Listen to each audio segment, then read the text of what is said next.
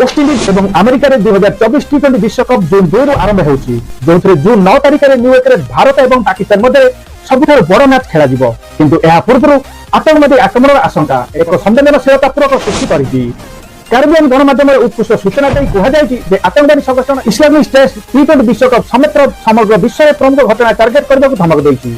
एही धमक को अफगानिस्तान पाकिस्तान शाखा आईएस अर्थात आईएस खोरसान देइछि। यहाँ पे क्रिकेट वेस्टइंडिज टूर्नामेंट पर दृढ़ और कड़ा सुरक्षा निश्चित करिछि।